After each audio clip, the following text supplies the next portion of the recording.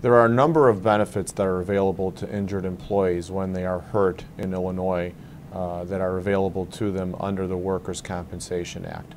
I'll talk about one or two, and then Frank can discuss some of the others. But probably the ones that are most important, especially during the initial part of the claim, are the medical benefits and what's called TTD, that's known as temporary total disability. Medical benefits are provided at 100% benefit to the employee, no cost to them, paid by the employer or its insurance company. So anything that is related to the injury that occurred at work is paid at 100%. The second benefit is if there's any time lost from work that exceeds 3 days, that employee is entitled to receive 66 2/3% of his average weekly wage for the duration of that disability. And of course, there are times when that disability benefits can be stopped or they may be suspended, but in general, that 2/3 continues until the disability is over.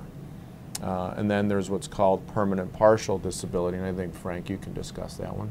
At the time that the doctor puts the employee, the injured employee, at maximum medical improvement, then the injured employee is entitled to what's called a permanency award or a settlement based on the permanency of the injury. Sometimes it's in the form of disfigurement, if there's a scar or if there's a burn, something of that effect.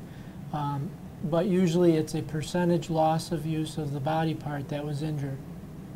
There's also a lesser known benefit that is provided to the injured employee, but not every injured employee is eligible for it, and that's called maintenance or vocational rehabilitation.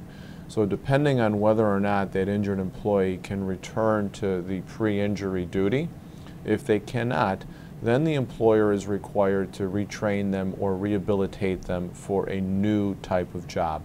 And that can be very complicated, very complex, but that is also a benefit that injured employees are entitled to.